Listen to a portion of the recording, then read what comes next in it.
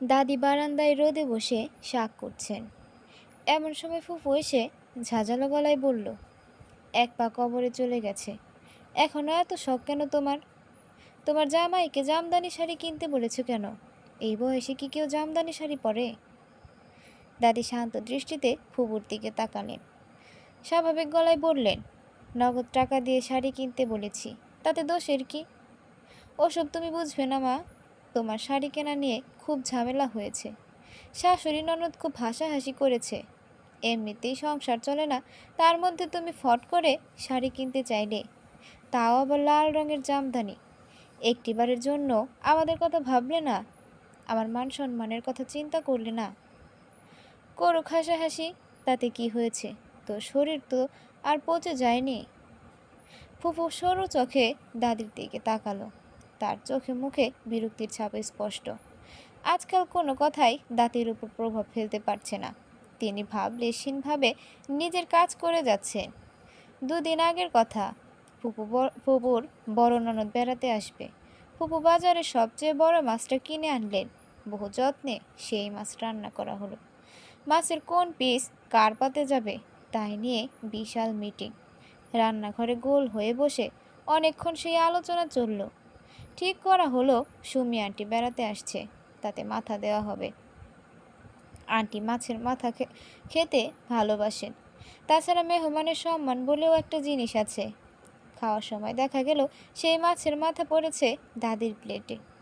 Sumi aunty দাদির plate থেকে মাছের মাথাটা উঠিয়ে নিতে নিতে বলল, আম্মা, জীবনে অনেক মাছের মাথা খাইছেন, এটা আমি খাই।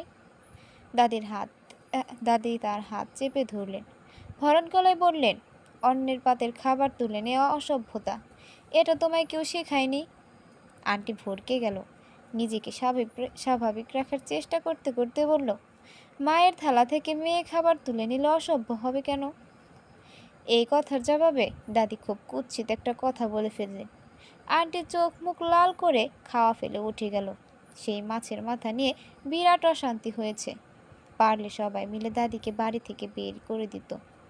পারেনি, কারণ এটা ফুফাদের বাড়ি না। এই বাড়ি আমার দাদা তৈরি করেছিলেন।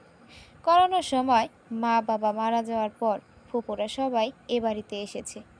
দাদি বয়স্ক মানুষ, আমার মতো বাচ্চা ছেলেকে নিয়ে একা থাকতে পারবেন না, এইসব কথা দিয়েই থাকা শুরু হয়েছিল। প্রথম দিকে দাদি রাজি হচ্ছিলেন না। ফুপা অন্তত বিনয়ের সাথে বললেন, আম্মা, আপনি বয়স্ক মানুষ, এই বয়সে রান্না বান্নার ঝক্কি সামলাতে পারবেন না। তাছাড়া ফয়সালেরও বয়সও খুব বেশি নয়। বাড়ি দেখাশোনার একটা ব্যাপার আছে। সব কিছু মিলিয়ে এসব দায়িত্ব আপনার মেয়েকেই নিতে হবে। অত দূর থেকে এসে এত দায়িত্ব পালন করা সহজ কাজ নয়। কাজে যদি এখানে থাকা যেত তাহলে তার সুবিধা হতো, এই আর কি।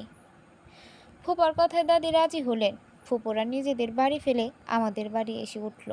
এ বাড়িতে থাকতে গিয়ে তাদের অনেক ঝক্কি পোহাতে হয়েছে। বড় সাহেবের হাতে পায়ে ধরে ফুপার চাকরির বদলি করা হয়েছে। ফুপা তো ভাই স্কুল বদলাতে হয়েছে। তিশা আপুর কলেজ পাল্টাতে হয়েছে। বিশাল ঝামেলা। সে কদিন ফুপার অনেক দৌড়াদৌড়ি করতে হয়েছে, অথচ তাকে দেখে মনেই হয়নি তার কষ্ট হচ্ছে। হাসি হাসি মুখ করে সব কিছু সামলে নিয়েছে। প্রথম দিকে সবাই দাঁতের খুব সেবা যত্ন করত। এমনকি ফুপুর শাশুড়ি পর্যন্ত মাথায় তেল চুল বেঁধে দিত। ফুপুর ছোট ননদ তুলি, সেও দিনের বেশিরভাগ সময় দাদির সাথে গল্প গুজব করত। 18 বছরের একটা মেয়ের 73 বছরের বুড়ির সাথে কি এমন গল্প থাকতে পারে আমার জানা নেই। তবে তারা দুজন খুব হাসত। আমার যত্নেরও কোনো ত্রুটি ছিল না। ফুপুর নিজের হাতে সাবান মেখে গোসল করিয়ে দিতেন।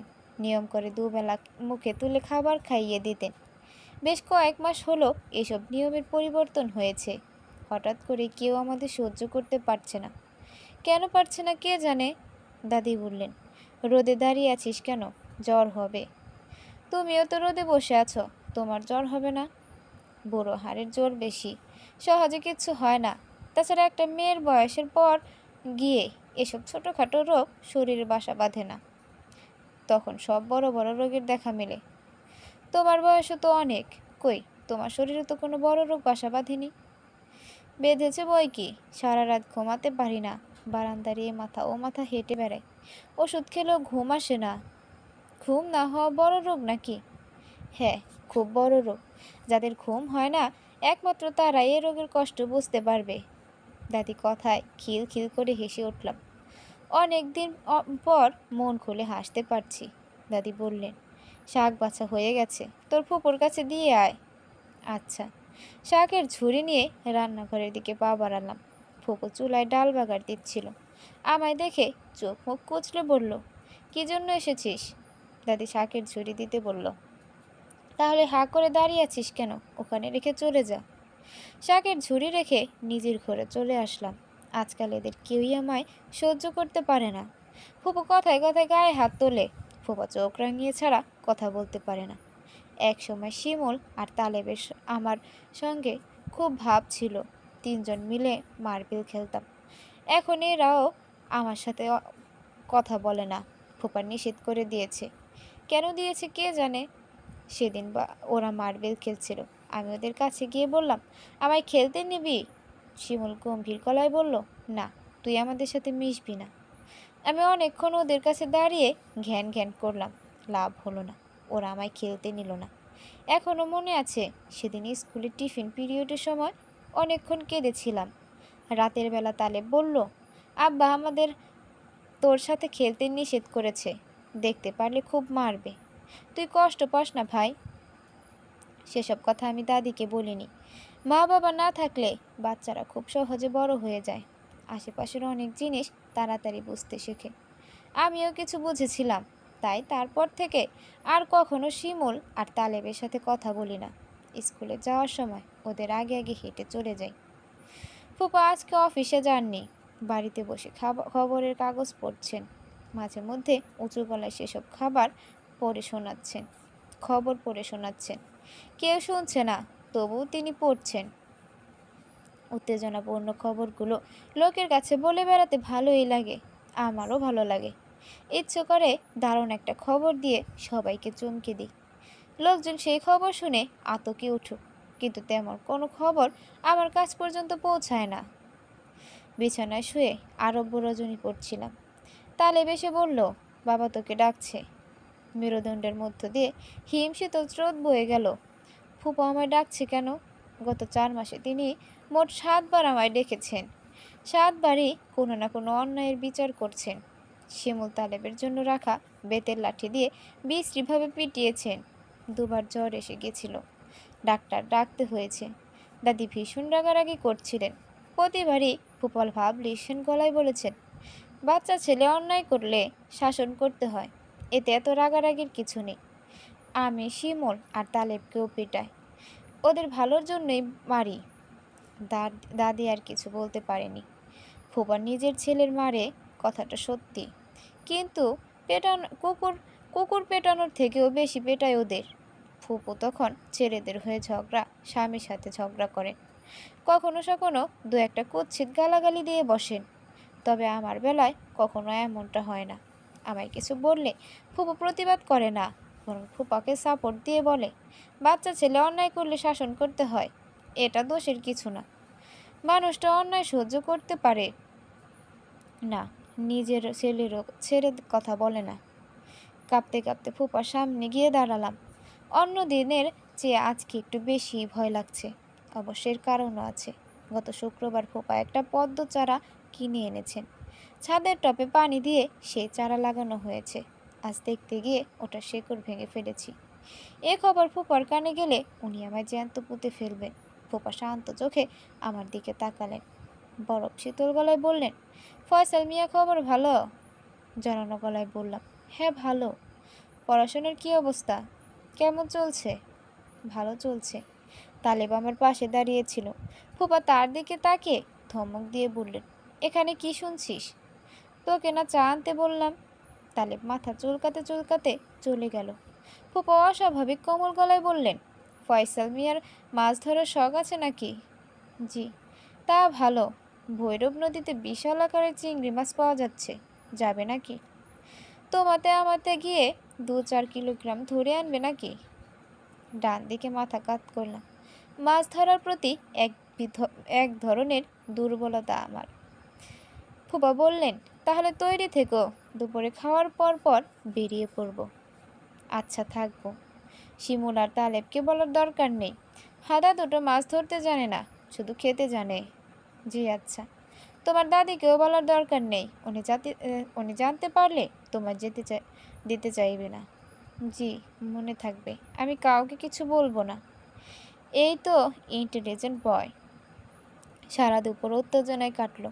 পরীক্ষা শুরু হবার আগের রাতে এমন উত্তেজনা থাকে। খাওয়ার সময় বিশেষ কিছু খেতে পারলাম না। দাদি ভ্রুকুচকে আমার দিকে তাকিয়েছিলেন, কিন্তু কিছু বলিনি। বললেই সর্বনাশ হয়ে যেত। আমি আবার মিথ্যে বলতে পারি না।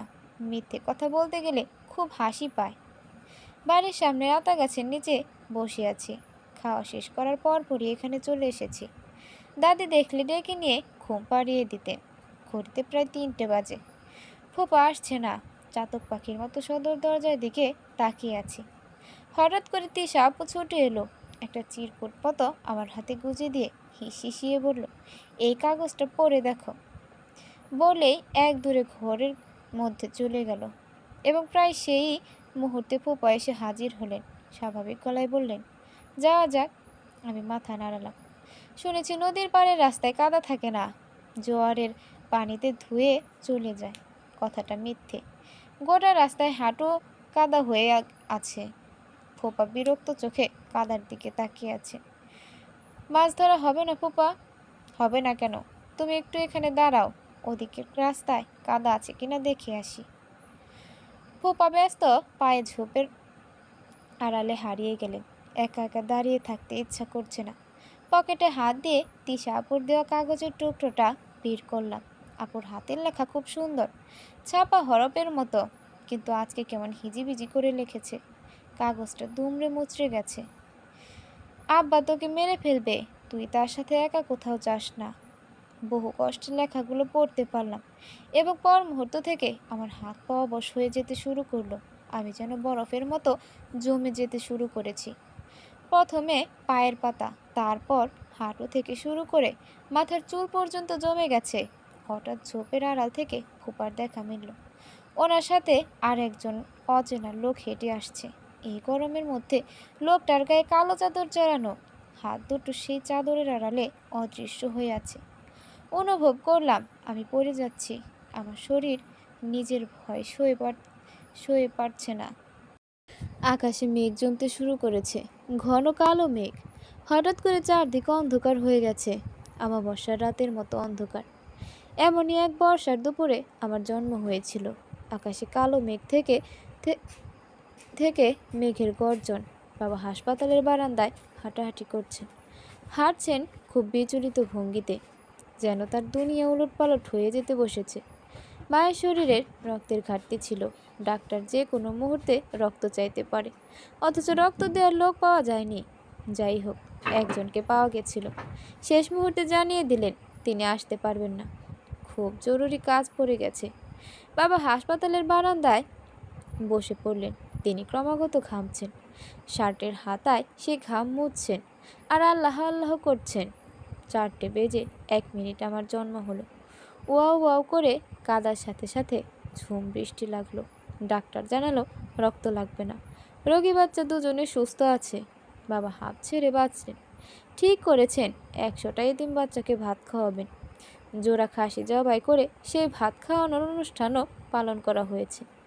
যদিও এসবের কোনো কিছু আমার চোখে দেখা নয়, লোকের মুখে শুনেছি। লোকে বলে শোনা কথা বিশ্বাস করতে নেই, কিন্তু আমি বিশ্বাস করি। অন্তত বাবার ব্যাপারে আমার 16 আনা বিশ্বাস আছে। অচেনা লোকটি ফুপার পাশাপাশি হাঁটছে, নিচু গলায় ক্রমাগত কথা বলে যাচ্ছে। তার কথার ধরন খুবই হালকা, বাতাসে উড়িয়ে নিয়ে যায়, কান পর্যন্ত পৌঁছায় না। মাথা নিচু করে দ্রুত ভাবতে চেষ্টা করলাম। গ্রামের দিকে নদীর কাছাকাছি বেশিরভাগ খুন খারাপই হয়। নদীর পানিতে রক্তের দাগ ধুয়ে যায়। এরাও কি আমার সাথে তেমন কিছু করবে? বুঝতে পারছি না। অতিরিক্ত উত্তেজনায় মস্তিষ্ক কাজ করা বন্ধ করে দেয়। আমার সাথেও তাই হচ্ছে। চিন্তা শক্তি এলোমেলো হয়ে গেছে। দুজনের ভাব সুবিধার মনে হচ্ছে না ঠিকই, কিন্তু খুব একটা অসুবিধারও মনে হচ্ছে না। এই মুহূর্তে ঠিক কী করলে বিপদের সম্ভাবনা কমে যাবে? দৌড়ে পালাবো? দৌড়ে পালালে খুব একটা লাভ হবে না। নির্জন রাস্তা, রাস্তার দুপাশে কাঁটা বন, জায়গাটা একদম নিলিবিলি। এখান থেকে দৌড়ে পালানো সহজ কাজ না। নিশ্চিতভাবে ওরা আমায় ধরে ফেলবে। ধৈর্য ধরে আরও কিছুক্ষণ ওদের অনুসরণ করা যায়, কিন্তু এটাও বুদ্ধিমানের কাজ হবে না। এতে বিপদ বাড়বে ছাড়া কমবে না। ফুপা বললেন, ফয়সাল মিয়া, সাবধানে হাঁটবে, দেখে শুনে পা ফেলবে। রাস্তার পাশে যেও না, নদীর পাড়ের এলাকা, সাপ থাকতে পারে। নিজ শব্দে মাথা নাড়ালাম। কথা বলতে ইচ্ছে করছে, বলতে পারছি না। প্রচণ্ড ভয়ের কারণে গলা দিয়ে স্বর বের হচ্ছে না। অচেনা লোকটি বলল, এই ছেলেকে দিয়ে কাজ হবে তো? কথাটা সে বেশ জোরেই বলল। এই প্রথম তার কোনো কথা আমার কান পর্যন্ত পৌঁছালো। ফুপা জ্বর গলায় বললেন, কাজ হবে না? কাজের ছেলে দেখেই তো সাথে নিয়ে এসেছি। কি ফয়সাল, তুমি কাজের ছেলে না? আমি ক্রমাগত মাথা নাড়তে লাগলাম। সামান্য কথাবার্তায় অনেকখানি ভয় কেটে গেছে। এখন আর তেমন ভয় লাগছে না। শুধু মনে হচ্ছে শরীরের উপর দিয়ে বরফ শীতল হাওয়া বয়ে যাচ্ছে। খুবই ঠান্ডা হাওয়া, মন ভালো করার মতো ঠান্ডা। অচেনা লোকটাও অস্বাভাবিক মনে হচ্ছে না। বেটে খাটো চেহারার মানুষটা হেলে দুলে হাঁটছে। পান খাওয়া হলদেটে লাল দাঁত নিয়ে ক্রমাগত হাসছে। অদ্ভুতভাবে সেই হাসি দেখতে ভালো লাগে। মুখের দিকে তাকালে কেমন যেন মায়ে পড়ে যেতে হয়। তখন লোকটাকে খুব অসহায় মনে হয়। হাঁটতে হাঁটতে খোলা মাটির মতো জায়গায় এসে উপস্থিত হলাম। মাটির তিন পাশে ঘন জঙ্গলের মতো ঝোপঝাড়, এক পাশে নদী। ফুপা নদীর পানিতে পা ভিজিয়ে বললেন, ফয়সাল মিয়া, এখানে জাল ফেলা হোক। তুমি কি বলো? হোক। ফুপা মায়া ভরা চোখে আমার দিকে তাকালেন। অসম্ভব কমল গলায় বললেন, তোমার কি ভয় লাগছে? জড়ানো গলায় বললাম, না না, ভয় কেন লাগবে? আপনি তো সাথেই আছেন। আপনি তো সাথেই আছেন, এই কথাটা আমি ইচ্ছে করে বলিনি, মুখে চলে এসেছে। ফুপা হাসলেন। অচেনা লোকটি গায়ের চাদর খুলে মাটিতে রাখলো। চাদর খুলে মাটিতে রাখার ব্যাপারটা আমার কাছে ভালো লাগলো না। চাদরের আড়াল সরে যেতে অদ্ভুত একটা জিনিস খেয়াল করলাম। লোকটার এক হাত নেই, কুনুয়ের উপরে শার্ট তুলেছে, ঝুলছে। অবাক দৃষ্টিতে তার হাতের দিকে তাকিয়ে রইলাম। লোকটি বিব্রত গলায় বললেন, এভাবে তাকিয়ে আছো কেন? কিছু না, এমনিতেই। কাটা হাত দেখছো নিশ্চয়ই। বুড়ো বুড়ো লোকেরা পর্যন্ত আমার হাতের দিকে তাকিয়ে আতকে ওঠে। তুমি তো বাচ্চা ছেলে। আপনার হাতে কি হয়েছিল? বিশেষ কিছু হয়নি, জাহাজের দড়িতে আটকে গেছিল, এক কোপে কেটে ফেলেছি। চমকে উঠলাম, উত্তেজিত গলায় বললাম, আপনি নিজে কেটেছেন? হ্যাঁ, নিজেই কেটেছি। লম্বা ঘটনা, পরের একদিন সময় করে বলবো। মোশাররফ ভাই, মাছ ধরার কি করলেন? জাল এনেছেন তো? পোপা ডানে বামে মাথা নাড়তে লাগলো। এর অর্থ তিনি জাল আনেননি। জাল যেহেতু আনেননি, তাহলে নিশ্চয়ই মাছ ধরতে আসেনি, অন্য কারণে এসেছে। কিন্তু কি সেই কারণ? তিশা আপুর কথা সত্যি নয় তো? ভয় যতটা কেটে গেছিল, তার থেকে 1000 গুণ বেশি ফেরত এসে আমায় আষ্টে পৃষ্ঠে জড়িয়ে ধরল। খেয়াল করলাম আমার শরীর মৃদু মৃদু কাঁপছে। ফুপা বললেন, এখন কি করা যায়? আমি তো ভেবেছিলাম আপনি জাল নিয়ে আসবেন। অচেনা লোকটি অদ্ভুত ভঙ্গিতে হাসল, সরল গলায় বলল, আমার ঘরে জাল রাখা আছে, একটু সামনেই। খোকা, তুমি গিয়ে জাল নিয়ে এসো, আমি যাওয়ার পথ দেখিয়ে দিচ্ছি। কথার ভাব শুনলে বোঝা যায় সে মিথ্যা বলছে। লোকটা আমায় বোকাশোকা ধরনের ছেলে মনে করেছে। বুদ্ধিমান মনে করলে এলোমেলো কথা বলতো না। আমি ভালো মন্দ কিছু বললাম না, অল্প হাসলাম। সম্মতির হাসি। লোকটা আমায় জঙ্গলের মধ্যে দিয়ে যাওয়ার পথ দেখিয়ে দিলেন। হাতের মধ্যে একটা পুঁটলি দিয়ে বলল, ঘরের মধ্যে আমার ভাই থাকবে, এটা ওকে দিয়ে আসবে। কাপা হাতে শক্ত করে পুঁটলিটা চেপে ধরলাম। ফুপা ভাবলেশহীন চোখের নদীর দিকে তাকিয়ে আছে। কি করব বুঝে উঠতে পারছি না। প্রতি মুহূর্তে ভাবনা বদলে যাচ্ছে। আপাতত ওদের কথা শোনা ছাড়া কোনো উপায় দেখছি না। যে পথে এসেছি সে পথে ফিরে যেতে পারবো না। অতিরিক্ত ভয় কাজ করলে পথ চিনে ফিরে যাওয়া যায় না। এলোমেলো পায়ে লোকটার দেখিয়ে দেওয়া পথে হাঁটতে লাগলাম। পথ চলেছে যন্ত্রের মতো, ইস্পাতের তৈরি রোবটও বলা চলে। তবু অনুভূতি শক্তি প্রবল। মনে হচ্ছে দুটো সাপ হিস হিস করতে করতে আমার পিছু নিচ্ছে। শেষবার সাপ দেখেছিলাম বাবার সাথে মাছ ধরতে গিয়ে। তখন আমি ক্লাস 3-তে পড়ি। বর্ষাকাল, আকাশে মেঘ দেখে বাবা বললেন, ফয়সালের মা, মাছ ধরার জালটা এনে দাও তো। আকাশে মেঘ জমলে কই মাছ টাঙায় উঠে আসে। মা ভীষণ বিরক্ত হলেন, তেতো গলায় বললেন, ফ্রিজে অনেক মাছ আছে। বর্ষা, মুড়ি, তোমাকে মাছ ধরতে যেতে হবে না, ঘরে শুয়ে থেকেও। বাবা মায়ের কথা শুনলেন না, চুপি চুপি গিয়ে খাটের নিচ থেকে জাল টেনে বের করে আনলেন। আমাকে আড়ালে ডেকে নিয়ে বললেন, আব্বাজান, মাছ ধরতে যাবেন নাকি? খুশিতে মাথা দোলাতে লাগলাম। বাবা চওড়া হাসি দিলেন। মায়ের চোখের আড়ালে দুজনের বাড়ি থেকে বেরিয়ে এলাম। কথা হয়েছিল মাছ ধরতে নদীতে যাব। কিছুদিন যাওয়ার পরেই ঝুম বৃষ্টি নামলো। বৃষ্টির ফোঁটা সূচের মতোই ধারালো, গায়ে বিঁধে যায়। ভাগ্যক্রম তখন আমরা বাজারের মধ্যে ছিলাম। বাবা দোকান থেকে নতুন ছাতা কিনে ফেললেন। সেই ছাতা আমার হাতে দিয়ে বললেন, জীবনে একবার যে সিদ্ধান্ত নেবে, সেই সিদ্ধান্ত থেকে কখনো পিছু হটবে না, এতে ব্যক্তিত্ব নষ্ট হয়। ছাদ ফুটো করা বৃষ্টির মধ্যে জাল কাঁধে নিয়ে বাবা মাছ ধরতে গেলেন। ছাতা মাথায় বাবার পিছু পিছু হাঁটছি। প্রথমবারের জালে বিশাল এক সাপ উঠল। বাবা সাপটিকে ধরে জঙ্গলের মধ্যে ছেড়ে দিলেন। গম্ভীর গলায় বললেন, কেউ বিপদে পড়লে তার সুযোগ নিতে হয় না। সাপটা কি বিপদে পড়েছিল? হ্যাঁ, পড়েছিল বই কি, সেজন্যই তো ছেড়ে দিলাম। কথায় কথায় উপদেশ দেওয়ার একটা বাবার স্বভাবই ছিল।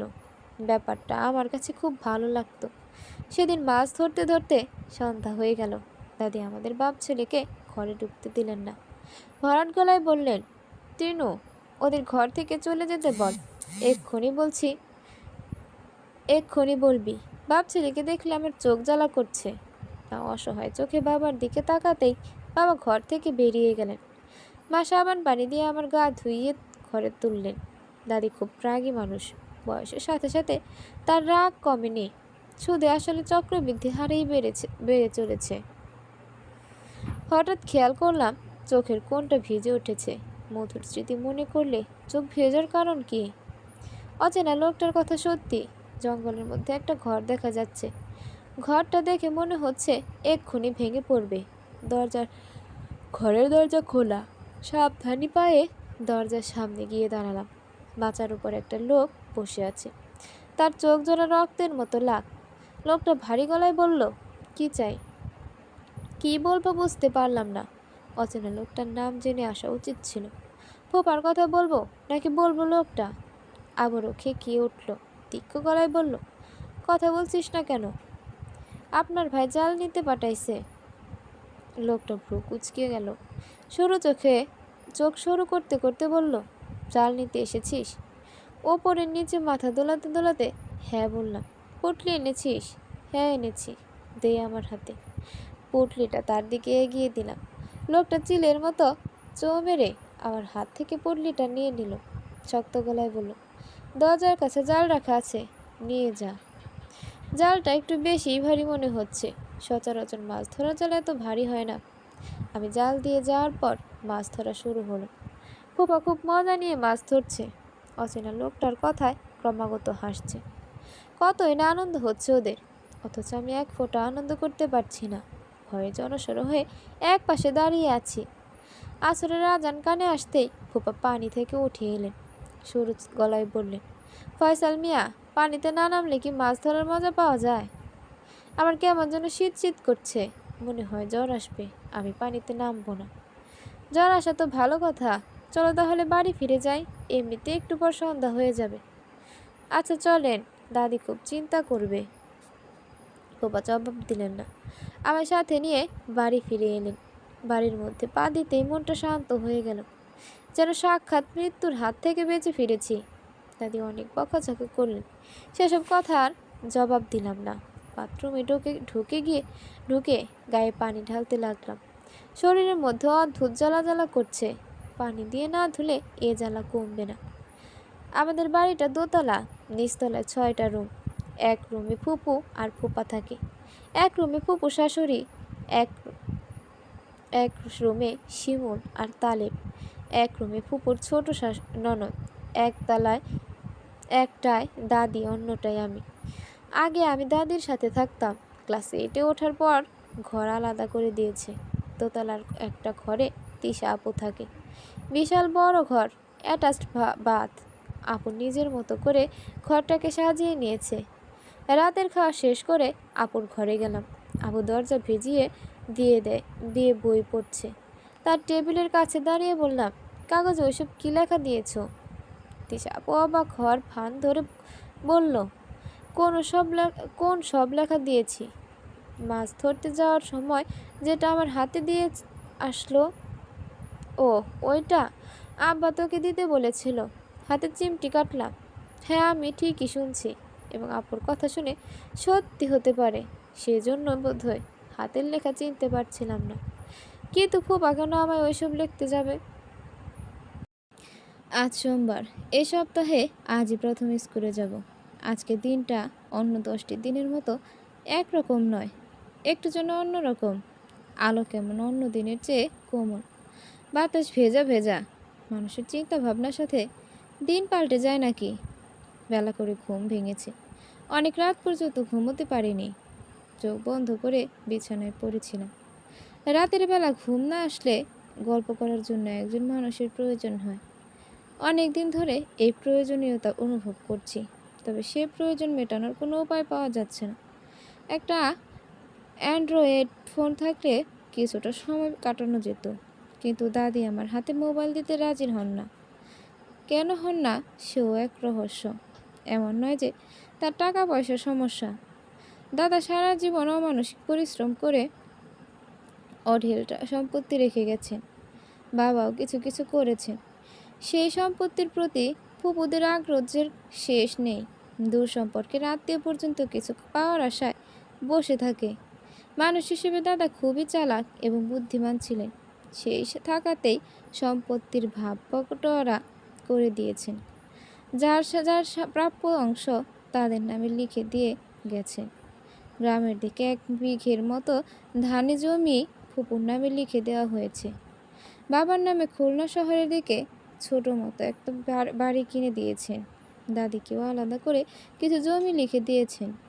শুধু এই বাড়িটা নিজের জন্য আলাদা করে রেখে দিয়েছেন।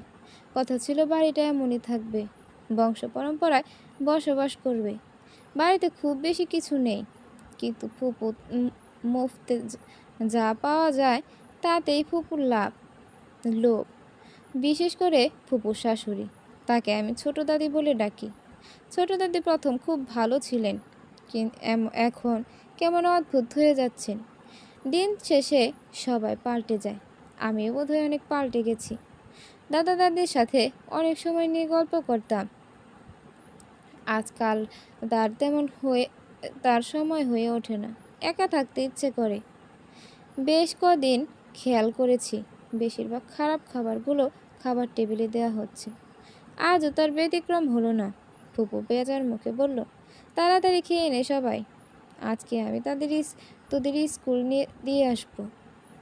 শিমুল মুখ বেজার করে ফেলল, মরা গলায় বলল, এ রোদের মধ্যে তোমাকে যেতে হবে না মা, আমরা 3 ভাই মিলে চলে যেতে পারবো।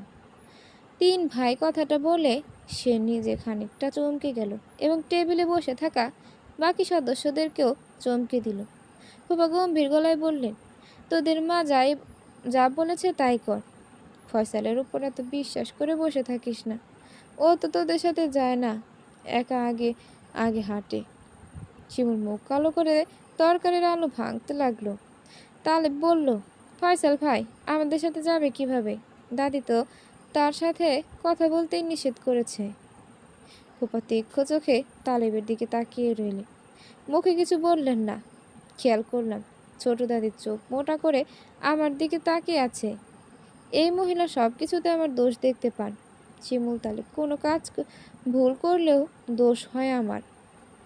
ফুপু বলল, শুনেছি ছেলে ধরা বের হয়েছে, ফেসবুকে খুব লেখালেখি হচ্ছে এটা নিয়ে। ছেলে মেয়েদের সাবধানে রাখতে বলা হচ্ছে, তাই আমি তোদের সাথে যাব। এই নিয়ে দ্বিতীয় কোনো কথা শুনতে চাই না। শিমুল আর তালেব খুব করে চাচ্ছিল যেন ফুপু ওদের সাথে না যায়। আড়ালে আবডালে তিশা আপু সাথে যাওয়ার জন্য রাজি করতে চেষ্টা করলো, লাভ হলো না।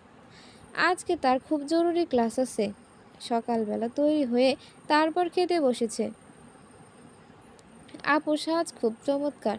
কলেজ ড্রেসের সাথে ম্যাচিং করে সাদা পাথরের কানের দুল, গলায় পাতলা চেনের সাথে রকেট ঝুলছে, ঠোঁটে মেরুন কালারের লিপস্টিক। শিক্ষা প্রতিষ্ঠানে যাওয়ার সময় এমন কড়া লিপস্টিক পরার নিয়ম আছে কিনা জানা ছিল না।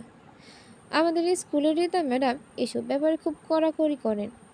মেয়েরা ওনার জন্য লিপস্টিক পরতে পারে না, অগ্র সাজে চোখ বাঁধতে পারে না। এ কারণে মেয়েদের বেশিরভাগ মেয়ে ম্যাডামকে দু চোখে দেখতে পারে না, বিশ্রী ভাষায় গালাগাল দেয়। শেষ পর্যন্ত ফুপু আমাদের নিয়ে স্কুলে যাওয়ার জন্য বেরিয়ে পড়ল। বাড়ি থেকে বেরোবার আগে ছোট দাদের সাথে কিসব কথা বলে আসলো। আজকাল শাশুড়ি বউয়ের খুব ভাব হয়েছে।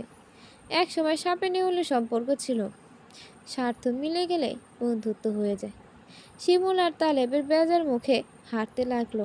ফুপুর পকেট থেকে চুরি করা 500 টাকার নোটটা আজ তারা খরচ করতে পারবে বলে মনে হচ্ছে না। বাড়ি ফিরতে ফিরতে দুপুর গড়িয়ে বিকেল। ফেরার পথে ফুপু সবাই আইসক্রিম কিনে দিল। আগে হেঁটে এসে আমার পাশে দাঁড়িয়ে বলল, বাজান আমার উপর রেগে আছিস নাকি? চমকে উঠলাম ঠিকই। পরক্ষণে নিজেকে সামনে নিয়ে বললাম, না না, রেগে থাকবো কেন? এই যে ঠিকঠাক তোর খেয়াল রাখতে পারি না, সারাক্ষণ মুখ পুড়িয়ে কথাবার্তা বলি। না ফুপু, আমি রেগে নি। কি আর বলবো বাজান, নানান চিন্তায় মাথা খারাপ থাকে। আমি চুপচাপ করে রইলাম। ফুপু নিজের কণ্ঠে আগের থেকে অনেক বিরক্তি, অনেক বেশি দরদ জন্য বলল, বাজান, তোর ফুপার হাতে টাকা পয়সা নাই, সংসার চালাতে গিয়ে অনেক ধার দেনা করতে হচ্ছে। মা তো আজকাল কোনো টাকা পয়সা দিতে চায় না। আমি কি দাদিকে টাকা দেওয়ার জন্য বলবো? বললে আর কি করবি? তোর দাদির হাত দিয়ে কি টাকা সরে নাকি? এমন কৃপণ মহিলা আজও আমার চোখে পড়েনি। ফুপু ছোট্ট একটা নিঃশ্বাস গোপন করতে চেষ্টা করলো। দাদি কৃপণ নয়, বরং তাকে দিল খোলা মানুষ বলা যায়। বাবা থাকতে প্রায় প্রতি মাসে ফুপুর বাড়ি বাজার দিয়ে পাঠাতেন। অবশ্য বাজার খরচ বাবার দিতে হতো না। দাদা দাদির জন্য কিছু টাকা আলাদা করে সরিয়ে রেখেছিলেন। দাদি সেখান থেকে সব খরচ করতেন। মাঝে মধ্যে বাবাকেও কিছু দিতেন। আশেপাশের মানুষ, দুঃসম্পর্কের আত্মীয় স্বজনরা কেউই দেওয়া নেওয়ার ভেতর থেকে বাদ পড়তো না। মাঝে মধ্যেই মনে হয় দাদা নিশ্চয়ই অসৎ পথে রোজগার করার ব্যবস্থা ছিল, না হলে উনি এত কোথায় টাকা পেয়েছেন। প্রায়ই ভাবি দাদিকে জিজ্ঞেস করব, সময়কালে মনে থাকবে না। ফুপু বলল, তোর ফুপার কাছে একটা লোক টাকা পাবে, তাগাদা দিচ্ছে, মারার হুমকি দিচ্ছে। কত টাকা পাবে? তার লাখ খানেকের মতো। কোথা থেকে এত টাকা জোগাড় করব ভেবে পাচ্ছি না। ভাবছি কিছু গহনা বিক্রি করব। মানুষটা তো আগে বাঁচুক। তোর ক্লাসের ছেলেগুলো বলে দেখিস তো, কেউ যদি কিনতে চায়। পৃথিবীতে এক শ্রেণীর মানুষ আছে যাদের সাথে কেউ মিষ্টি করে কথা বললে খুব সহজে পুরনো কথা ভুলে যায়। সেই মুহূর্তে তাদের জন্য জীবন দিয়ে দিতেও পারে। আমি সেই শ্রেণীর মানুষের মধ্যে একজন। যখন যে আমার ভালো কাজবো কথা বলবে, তখন তাকে সবচেয়ে কাছের মানুষ মনে হয়। এ কারণে ফুপুর অনেক খুব কষ্ট সহজে আমার হৃদয়ে আঘাত করলো। 5-7 না ভেবেই বললাম, আমি দাদিকে বলবো টাকা দিয়ে দিতে, তোমার গহনা বেচাতে হবে না। লাভ নেই রে বাজান, আমি মার পায়ে পর্যন্ত ধরছি, তবুও বলে দেখবো যদি কিছু হয়। চাইলে তুই নিজে ওই টাকাটা শোধ করতে পারিস। কিভাবে? আমার কাছে এই মুহূর্তে 20 টাকার একটা নোট ছাড়া 1 পয়সাও নেই। কাছে নেই তো কি হয়েছে, ব্যাংকে আছে। ভাইজন তোর জন্য আলাদা করে জমা করে রাখতো। মায়ের কাছে চেক বই আছে, সেখান থেকে একটা চেক নিয়ে আসবো। তুই সই করে দিলেই টাকা তুলতে পারবো। দিবি বাজান? চিন্তা করিস না, তোর ফুপা টাকা পেলে পরে আবার ফেরত দিয়ে দেবে। মাথা দোলাতে দোলাতে হ্যাঁ বললাম। ফুপু চওড়া হাসি দিল, তার চোখ মুখ উজ্জ্বল দেখাচ্ছে। রাতে খাবার আয়োজন ভালো।